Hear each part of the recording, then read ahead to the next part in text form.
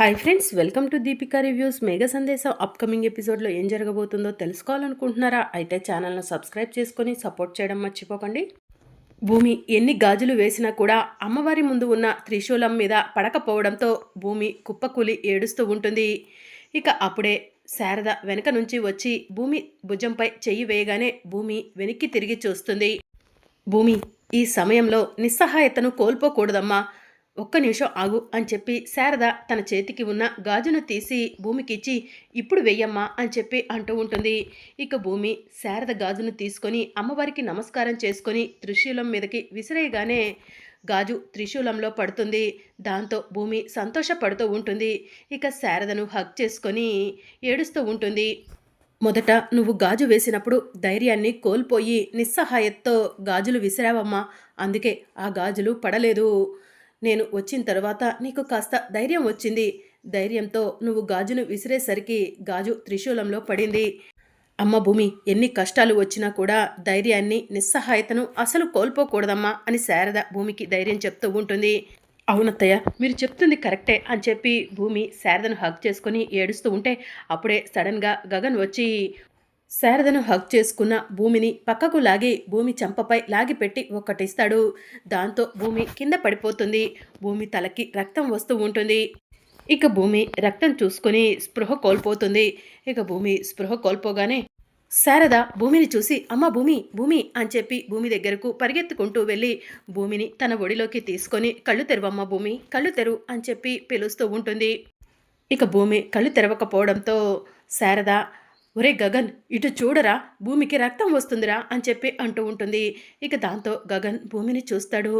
అమ్మా, నేను చిన్నగా కొడితే ఇంత రక్తం వస్తుందేంటి అని చెప్పి గగన్ అంటూ ఉంటాడు. ఒరే గగన్, అన్ని విషయాలు తర్వాత మాట్లాడుకుందాం, ముందైతే భూమిని హాస్పిటల్కు తీసుకెళ్దాం పదరా అని చెప్పి శారద అంటూ ఉంటుంది. ఇక గగన్ తన 2 చేతులతో భూమిని ఎత్తుకొని హాస్పిటల్కి తీసుకెళ్తూ ఉంటాడు. ఇక శారద ఏడుస్తూ ఉంటుంది.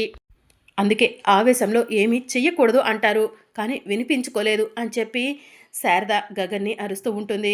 ఇంకా మరోవైపు గగన్ భూమిని ఎత్తుకొని హాస్పిటల్లోకి వెళ్ళి డాక్టర్ డాక్టర్ అని చెప్పి పిలుస్తూ ఉంటాడు. డాక్టర్ బయటకు వచ్చి ఏం జరిగింది అని చెప్పి అడుగుతూ ఉంటారు. భూమి కింద పడిపోయింది డాక్టర్, తల నుంచి రక్తం వస్తుంది, స్పృహ కోల్పోయింది అని చెప్పి గగన్ చెప్తూ ఉంటాడు. సరే, లోపలికి తీసుకురండి అని డాక్టర్ చెప్తూ ఉంటుంది. ఇక గగన్ భూమిని బెడ్ మీద పడుకోబెట్టి బయటకు వస్తాడు. డాక్టర్ భూమికి ట్రీట్మెంట్ చేసి కాసేపటి తర్వాత బయటికి వస్తుంది.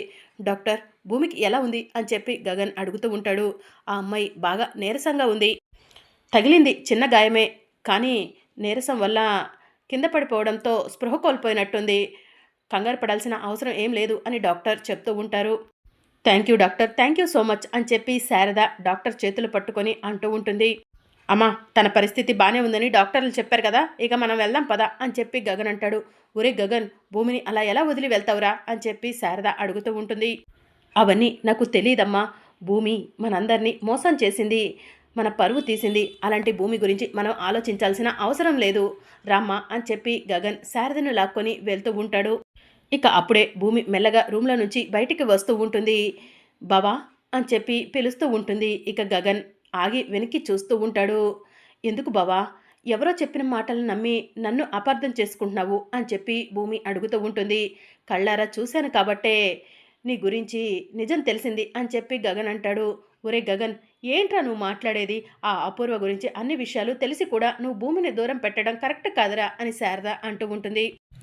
నిజంగా మనమంటే మన కుటుంబంపై ప్రేమ ఉంటే భూమి శివ బిందువులు ప్రేమించుకున్నారన్న విషయం మనకు ముందే చెప్పేదమ్మా, ఆ విషయాన్ని దాచిపెట్టి పెళ్లి చేస్తున్నట్టు నాటకమాడి ఇదంతా చేసింది అని చెప్పి గగన్ అంటూ ఉంటాడు. అది కాదు బావా, నేను చెప్పేది విను అని భూమి అంటూ ఉంటే అయినా అయిపోయిన దాని గురించి ఇప్పుడు ఆర్గ్యుమెంట్ అవసరమా అని చెప్పి గగన్ శారదను తీసుకొని అక్కడి నుంచి వెళ్ళిపోతాడు. ఇక భూమి ఏడుస్తూ అక్కడే కూర్చుంటుంది. ఇక మరోవైపు శరత్ చంద్ర చెర్రి దగ్గరకు వెళ్ళి రే చెర్రీ, నువ్వు చేస్తుందేం బాలేదు అని చెప్పి అంటూ ఉంటాడు. నేనేం చేశాను మావయ్య అని చెప్పి చెర్రీ అడుగుతూ ఉంటాడు. నా ఫ్రెండు నాపై నమ్మకంతో తన కూతురు లిల్లీని మన ఇంట్లో వదిలిపెట్టి వెళ్ళాడు, నువ్వు ఆ అమ్మాయి పట్ల బిహేవ్ చేస్తుంది నాకు నచ్చట్లేదు అని చెప్పి శరత్ చంద్ర అంటాడు. మావయ్య, మీరు నన్ను తప్పుగా అర్థం చేసుకుంటున్నారు, నేను లిల్లీ పట్ల తప్పుగా ప్రవర్తించడం ఏంటి అని చెప్పి చెర్రీ అంటాడు.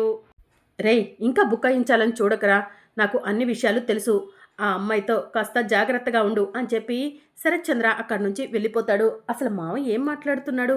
లిల్లీతో నేనేం తప్పుగా ప్రవర్తించాను అని చెప్పి చెర్రీ ఆలోచిస్తూ ఉంటాడు.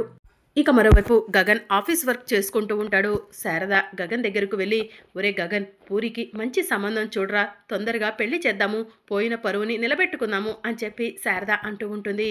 నేను అసలు విషయం చెప్పడమే మర్చిపోయాను. గుళ్ళో ఒక అబ్బాయిని చూశాను. అబ్బాయి చాలా అందంగా ఉన్నాడు. ఆ అబ్బాయికి మన పూరికి పెళ్లి చేస్తే బాగుంటుందనిపించింది అని చెప్పి గగన్ చెప్తూ ఉంటాడు.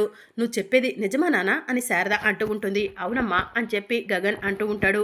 ఆ అబ్బాయి ఎవరు ఏంటి అన్నది డీటెయిల్స్ తెలుసుకోపోయినవా అని శారద అంటూ ఉంటే, అమ్మా అసలు విషయం మర్చిపోయాను, ఒక్క నిమిషం ఆగు, ఆ అబ్బాయి ఫోటోని ఫోన్లో ఫోటో కూడా తీశాను అని చెప్పి గగన్ అంటూ ఉంటాడు. ఫోటో తీసావా, చూపించు అని శారద అంటూ ఉంటే గగన్ అతని ఫోటోని శారదకు చూపిస్తూ ఉంటాడు. శారద అబ్బాయి ఫోటోని చూసి, అబ్బాయి చాలా బాగున్నాడురా, మన పూరికి తగిన జోడి, అబ్బాయి డీటెయిల్స్ కనుక్కొని వెంటనే వెళ్ళి మాట్లాడు అని శారద చెప్తూ ఉంటే, సరే అమ్మా అని చెప్పి గగన్ అంటాడు. అప్పుడే పూరి వచ్చి, ఏంటి ఎవరికో సంబంధం అని మాట్లాడుకుంటున్నారు అని చెప్పి అడుగుతూ ఉంటుంది. ఇంకెవరికి పూరి, ఈ ఇంట్లో పెళ్లి సంబంధం చూడాల్సింది నీకే కదా అని చెప్పి గగన్ అంటూ ఉంటాడు. అప్పుడే నాకు పెళ్ళి వద్దు అని చెప్పి పూరి అంటూ ఉంటుంది. అదేంటమ్మా అలా అంటున్నావు, నీ పెళ్లి చేసి పోయిన పరువుని తిరిగి తీసుకొచ్చుకుందాం అనుకుంటుంటే అని చెప్పి గగన్ అంటూ ఉంటాడు. ఒరే గగన్, పూరికి ఒకసారి అబ్బాయి ఫోటో చూపించరా, అబ్బాయి ఫోటో చూస్తేనైనా పూరి ఈ పెళ్లికి ఒప్పుకుంటుంది అని చెప్పి శారద అంటూ ఉంటుంది. ఒక్క నిమిషం పూరి అని చెప్పి గగన్ తన ఫోన్లో ఉన్న తారవాల అన్నయ్య ఫోటోని పూరికి చూపిస్తూ ఉంటాడు. పూరి ఫోటోని చూసి షాక్ అవుతుంది. పూరి ఏంటి అలా స్టక్ అయిపోయావు అని చెప్పి గగన్ అడుగుతూ ఉంటాడు. అన్నయ్య, ఈరోజు గుడిలో నా చీర కాలిపోతుంటే ఒక అతను వచ్చి దేవుళ్లాగా నా పైన నీళ్లు పోసి నిప్పు అంటుకున్న చీరను ఆరిపేశాడని చెప్పాను కదా, నన్ను కాపాడాడని చెప్పాను కదా, అతను ఇతనే అన్నయ్య అని చెప్పి పూరి చెప్తూ ఉంటుంది. నిజమా పూరి అని చెప్పి గగన్ అంటూ ఉంటాడు. నిజమే అన్నయ్య, నాకు బాగా గుర్తుంది, ఇతనే నన్ను సేవ్ చేసింది అని చెప్పి పూరి చెప్తూ ఉంటుంది. నువ్వు ఎవరో తెలియకపోయినా కూడా నీకు ప్రమాదం ఎదురైందని నిన్ను సేవ్ చేయాలని చూశాడు. నిజంగా అతనిది చాలా మంచి మనసు. అతను ఎక్కడ ఉన్నా కూడా వెతికి పట్టుకుంటాను. ఇతను నీకు నచ్చాడా పూరి అని చెప్పి గగన్ అడుగుతూ ఉంటాడు. ఇక పూరి సిగ్గుపడుతూ ఉంటుంది. ఏంటి పూరి, ఏం సమాధానం చెప్పట్లేదు, నీకు ఇతను నచ్చాడా లేదా అని చెప్పి గగన్ అడుగుతూ ఉంటాడు.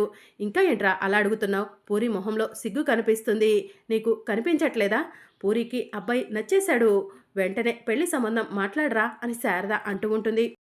సరే పూరి, ఇతను ఎక్కడ ఉన్నా కూడా వెతికి పట్టుకుంటాను, నీకు ఇతనికి నేనే దగ్గరుండి పెళ్లి చేస్తాను అని చెప్పి గగన్ చెప్తూ ఉంటే ఇక పూరి సిగ్గుపడుతూ అక్కడి నుంచి వెళ్ళిపోతుంది. ఒరే నాన్న, తొందరగా ఈ సంబంధం ఖాయం చేసేరా అని చెప్పి శారద చెప్తూ ఉంటే, ఇప్పుడే ఇతని డీటెయిల్స్ కనుక్కుంటాను అని చెప్పి గగన్ తెలిసిన వాళ్లకు ఫోన్ చేసి డీటెయిల్స్ అన్నీ కూడా చెప్తూ ఉంటాడు. సరే, నీ కాల్ కోసం వెయిట్ చేస్తూ ఉంటాను, నాకు త్వరగా డీటెయిల్స్ కావాలి అని చెప్పి గగన్ ఫోన్ కట్ చేస్తాడు. అమ్మ, ఆ అబ్బాయి ఎవరో కాసేపట్లో అన్ని విషయాలు తెలిసిపోతాయి అని గగన్ చెప్తూ ఉంటాడు. సంతోషం నాన్న అని చెప్పి శారద అక్కడి నుంచి వెళ్ళిపోతుంది. ఇక మరోవైపు గగన్ తార వాళ్ళ ఇంటికి వెళ్తాడు. కాలింగ్ బెల్ కొడుతూ ఉంటాడు. ఈరోజు ఎలాగైనా సరే ఆ అబ్బాయి గురించి అన్ని విషయాలు తెలుసుకోవాలి, అలాగే ఆ అబ్బాయికి నా చెల్లెల్ని పెళ్లి చేసుకోవడం ఇష్టమో లేదో కూడా తెలుసుకోవాలి, నా చెల్లెల ఫోటో చూపించి నా చెల్లెల గురించి అన్ని విషయాలు చెప్పి ఇద్దరికి నేనే దగ్గరుండి పెళ్లి చేస్తాను అని చెప్పి గగన్ మనసులో అనుకుంటూ కాలింగ్ బెల్ కొడుతూ ఉంటాడు. అప్పుడే తార వచ్చి డోర్ ఓపెన్ చేస్తుంది. తార గగన్ని చూసి, ఇదేంటి, నేను ప్రేమించిన అబ్బాయి మా ఇంటికి వచ్చి కాలింగ్ బెల్ కొడుతున్నాడు అని చెప్పి మనసులో అనుకుంటూ ఉంటుంది. హలో హలో ఎక్స్క్యూజ్ మీ అని చెప్పి గగన్ పిలుస్తూ ఉంటాడు. తార గగన్ని చూస్తూ షాక్లో అలానే ఉండిపోతుంది. హలో, మిమ్మల్నేనండి పిలిచేది అని చెప్పి గగన్ అంటూ ఉంటే, ఎవరు కావాలి అని చెప్పి తార అడుగుతూ ఉంటుంది. ఇక గగన్ తన ఫోన్లో ఉన్న తార వాళ్ళ అన్నయ్య ఫోటోని చూపించి, ఈ ఫోటోలో అబ్బాయి ఈ ఇంట్లోనే ఉంటాడా అని చెప్పి అడుగుతూ ఉంటాడు. అవును, ఇతను మా అన్నయ్యే అని చెప్పి తార చెప్తూ ఉంటుంది. మీ అన్నయ్య? హో, మార్నింగ్ గుడిలో మీరు మీ అన్నయ్య కలిసే కదా పూజ చేసింది అని చెప్పి గగన్ అంటూ ఉంటాడు. అవునండి అని చెప్పి తార చెప్తూ ఉంటుంది. మా అన్నయ్యతో మీకేం పని, మా అన్నయ్య మీకు తెలుసా అని చెప్పి తార అడుగుతూ ఉంటుంది.